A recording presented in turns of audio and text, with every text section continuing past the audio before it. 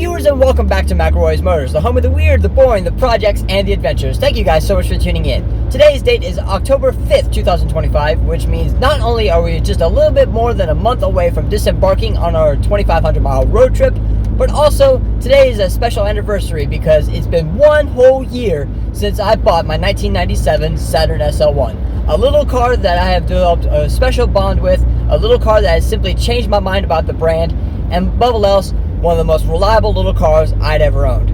I bought this car with 54,000 miles on it, and here we are a year later, and the car has just shy of 78,000 miles. So I've covered 24,000 miles in this car in just a year, which is way more than the national average. And this car's been incredible. Time now to cue the music.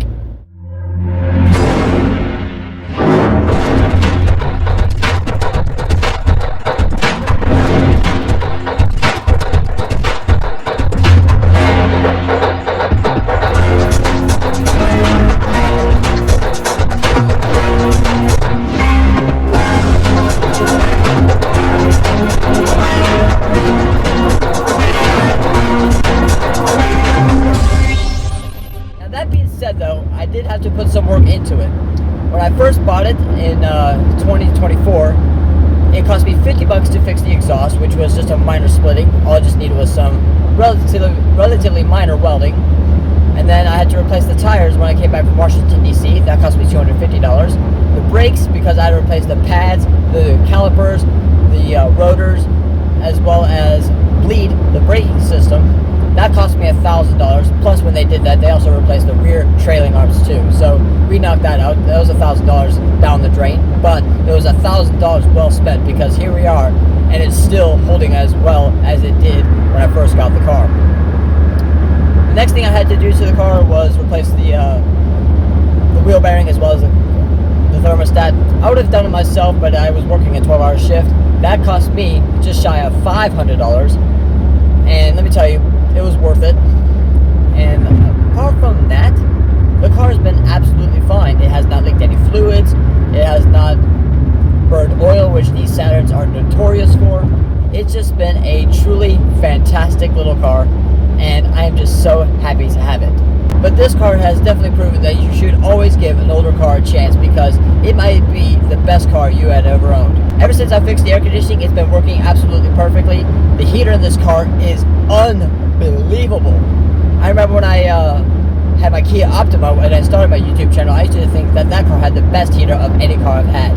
This takes it to a different level. In fact, if it was any better, I would be sitting in a sauna for 24 hours a day, 7 days a week.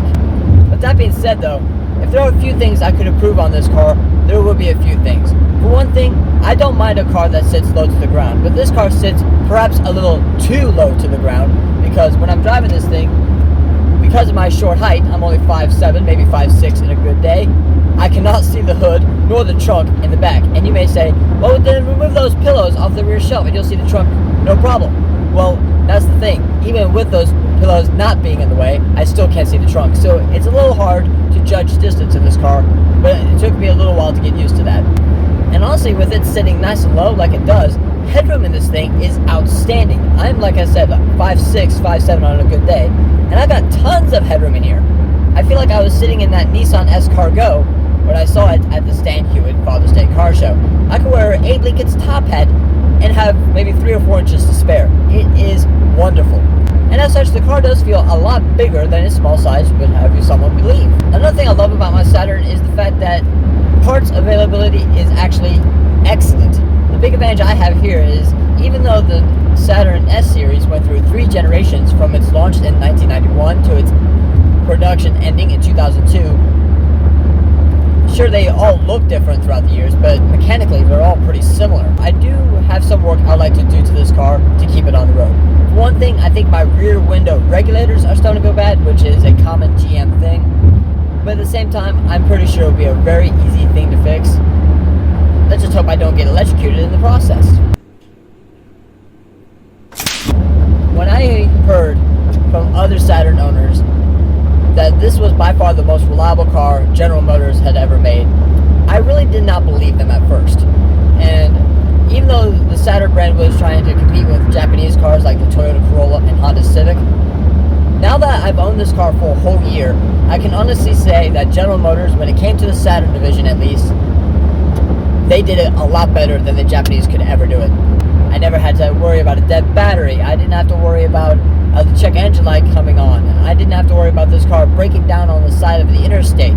It has been undeniably reliable, and I'm so thankful for that. This Saturn does everything right, and sure, it does shimmy a little bit on the highway, but you have to keep in mind that this car is not only an old car, and with not as much safety equipment, but also it only weighs 2,200 pounds, and that's its biggest strength, because I could push this car and God forbid breaks down. So this car just feels so light, and when you get up to speed and go through a twisty back road, it just darts in and out of the corners without any major problems. It really is a fun car to drive once you get up to speed. It does not feel like an American car in the slightest sense. Put in context here, I used to have a 2002 Pontiac Sunfire, and while that was an okay car for long distance journeys, the comfort in that thing was about as comfortable as sitting on a spike on a bar stool. I used to have a 97 Dodge Neon, and the refinement was that of a 5-year-old's art project. And I used to have a 1994 Ford Tempo. It felt like it was made 10 or maybe even 15 years before the car actually was built. It was outdated, it was noisy, and with a 3-speed automatic, driving that thing on the highway was about as loud as putting your ear next to an active tornado siren. It was loud. If this was my design of car, I would definitely give it about maybe 10 more horsepower just so you give it that added oomph. But at the same time, it's not terrible if you're living in a bigger city like I do. In fact, having a 100 horsepower car may not sound like much, but when I'm driving this thing through Washington, D.C., driving it through Pittsburgh, driving it through cities in Virginia, honestly, this car is not as bad as you think. But that being said, though, as this car is 28 years old, and therefore over the minimum 25-year age gap when it comes to registering this car as a historical vehicle, I do want to put historical plates on this car at some point and drive it sparingly, because this car has just been so good to me. In fact, I'll probably just use it just to drive to work, and then when I come back from my road trip this fall, I do want to make things happen by getting some more vehicles into the fleet. I do want a newer car to take on long distance travels, for instance. I do want to save up to buy my dream car, the Trabant, again, because even though I love this Saturn, that Trabant will always have a special space in my heart, because it is my dream car. I owned a Trabant twice, and the one I owned was the same one I bought the first time, so a Trabant to me will always be my dream car, no questions asked. They put the power window switches right here on the console, because it took me forever to get used to that, but now that I am actually used to it, it's not so bad. But I bet you if I were to buy a new car and it's got the windows on the door where you expect it to be, I bet you it's going to take me a while to get used to that too. Now granted, since I did strap the new tote to the roof, it did develop a small downside, and that is the wind noise in this thing has significantly increased. But at the same time, it's not terrible. In fact, if you are used to driving a school bus or a Tesla Cybertruck that needs some hemorrhoid cream, it's not that bad. But compare it to, let's say, how the Saturn was when I first got it, it's a bit loud. So as such, I can only drive it past 65 miles an hour if I'm brave enough. And with the new wheel bearing that I put in it, thanks to the guys at the Northfield Firestone, the car is so much smoother than it ever has been in my possession. It feels like a brand new car to drive, if I'm being 100% honest with you. It drives so much more quietly compared to my Ford Focus, which was 10 years newer than this, and it's even quieter still than my 2017 Corolla ever was, because I don't have a deafening CVT to worry about. This car has just been so reliable to the point where it just keeps on giving. Far more than I ever expected a car of this age to actually give. There was never a dull moment when I had this car that I'd be on the side of the road with the hood up and me just sobbing my eyes out to the point I caused a river on the interstate. Ew, Tesla! If you guys recall back to my earlier videos, you'll note that this car had a wild case of separation anxiety. But since I bought this car last year, I have simply got rid of it once and for all. And what I did is, if you open the driver's door here, you will see a little hole right here. And the reason why there's a hole here is because there used to be a button that when the door closes, it would basically turn off the dome light. But the problem with that little switch is it was just bent out of shape just enough to the point where it would constantly think the door was constantly open.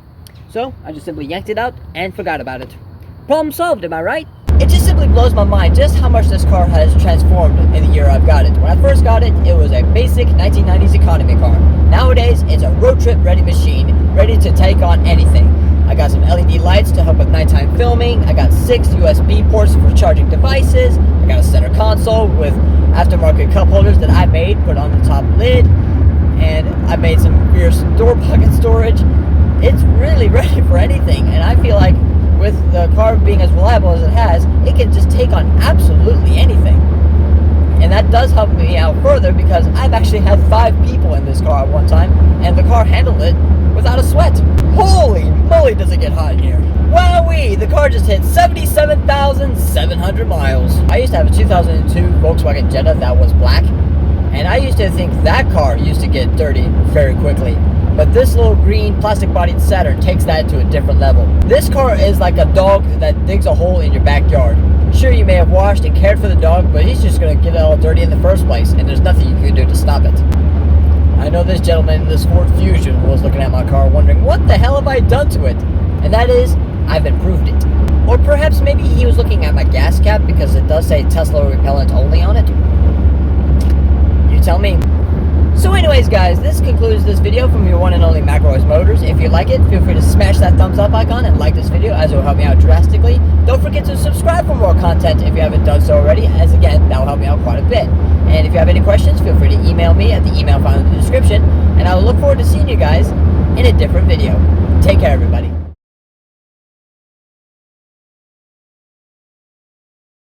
I'm still another 6 miles from home, and I could really use the bathroom.